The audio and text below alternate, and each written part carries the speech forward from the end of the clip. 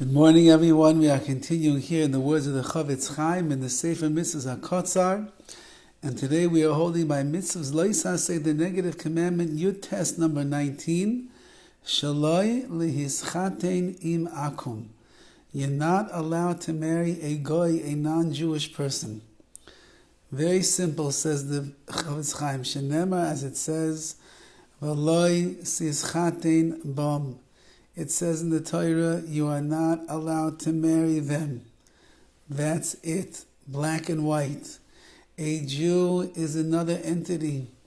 A Jew has a neshama, Torah has a neshama that is so big and is so lofty and is so vast and is so high up there in the world of spirituality. A Jew was given a charge in this world called Torah and mitzvahs. We're the only nation that stood by Har Sinai and had a revelation where we received the Torah. And every single mitzvah that a person does is a greater attachment to the Rabbi Shalom. Every single mitzvah that a person does elevates the neshama higher and higher. Every word of Torah that a person learns, Talmud Torah is Keneged Kulam, it's as if you are receiving the reward for all of the mitzvahs in the Torah. Every Shabbos that a Jew keeps is a connection, an inner connection with the spark of their soul that communes with the Rebbeinu Shalom in absolute peace and tranquility. Every bite of matzah that you're going to have on the Seder night, Haba Aleinu L'Taiva, that is coming upon us, every single bite of matzah is to remind us of the great geula that HaKadosh Baruch Hu brought for us. In an instant, He redeemed us from Mitzrayim, and there was no time for the bread to bake. We're a nation who lives l'mayla min hateva. We live above the laws of nature. We live above the mundaneness of this world. We are a nation who surges the heavens and lives a life which we are trying our best to achieve a devekis, a closeness and a unity with Hashem. This is something that only one Jew who marries another Jew can possibly work together to achieve those great goals. Only when you have a Jewish man and a Jewish woman who are married together in wedlock under the chuppah, kedas ukedin, according to the halachas, kedas Moshe Yisrael, the way that it has been for thousands of years, with a rabbi and the witnesses that are standing there encouraging you to embark upon your bayis ne'eman b'Yisrael, your house of faithfulness to the Rebbeinu Shalom, a house that HaKadosh Baruch Hu knows that he can come to, and he can find a place where he will be comfortable. He finds a place with Yiddishkeit. He finds a place with Shabbos. He finds a place where the food is kosher. He finds a house where the conversation is pleasant. He finds a house where there's no lashon hara, people not speaking gossip and evil speech. He finds a home where there's simcha in the house and there's respect for one another. This is a Yiddish shtub. This is a Jewish house, the way that it's supposed to be.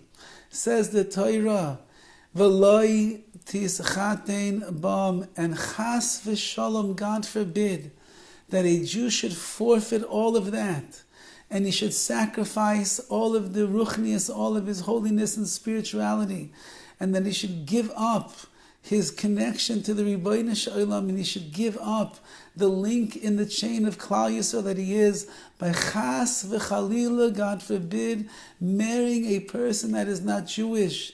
They don't have the same neshama, they don't have the same life, they don't have the same tachlis, the same purpose in this world as we do. They didn't stand by Har Sinai. They didn't receive a Torah.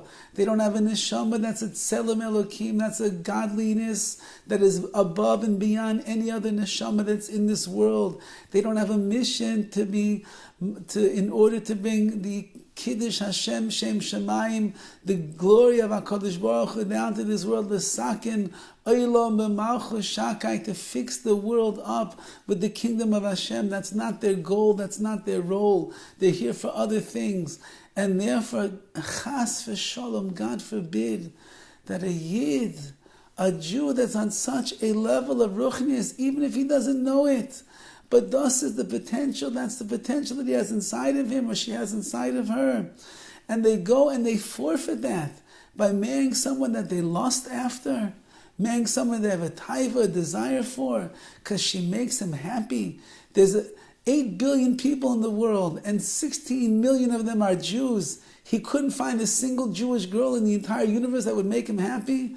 It's only someone from Guatemala or from Thailand or from China that can bring him happiness, or the neighbor down the street she's blonde and she's beautiful and she smiles at him and she encourages him. He couldn't find a single Jewish girl that's going to make him happy. Impossible to believe. But when we live in a world filled with assimilation, and we live in a world that's filled with the pervasiveness of the non-Jewish world all around us, it seeps deep into the minds and the hearts and the bones of Klal Yisrael, unfortunately, Nebach. And we see in the world today an assimilation rate of nearly 75% intermarriage in America. 75%. That means there's barely any Jews marrying Jews in today's world unless they're religious, or unless they're somewhat of a God-fearing Jew who knows that marrying out of the faith is not an option. And therefore, says the Horowitz, there's only one pasuk you have to know, 3 words. V'lo yisis chatein bam, you are not allowed to marry them. It's the total destruction of the Jewish people. It breaks off the link in that chain of the legacy of Klal Yisrael. It destroys the yichus. It destroys the lineage of our families to do such a thing. The children that will be born from there in large are not even going to be Jewish, and that's the end of the generations. So let's be strong, and let's take it to heart, and let's realize what a koyach we have as Klal Yisrael. But our koyach as Klal Yisrael only exists when Klal Yisrael is together.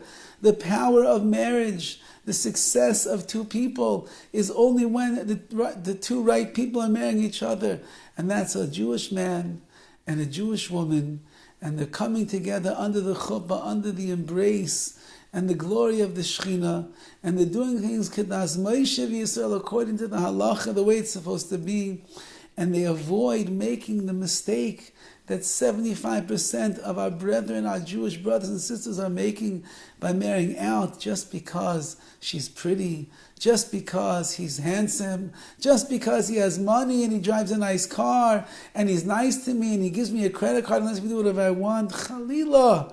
God forbid a person should never do such a thing. On the other hand, we have to appreciate the greatness inside the Jewish spirit, inside the heart and the soul of every single one of us. And even when it's hard and even when it's difficult, a person has to sacrifice. They have to sacrifice without any question the rights that they have as a Jew, the obligations that we have as a Jew to make sure that we marry another Jew from Klal Yisrael, from the Jewish people. Have a wonderful day.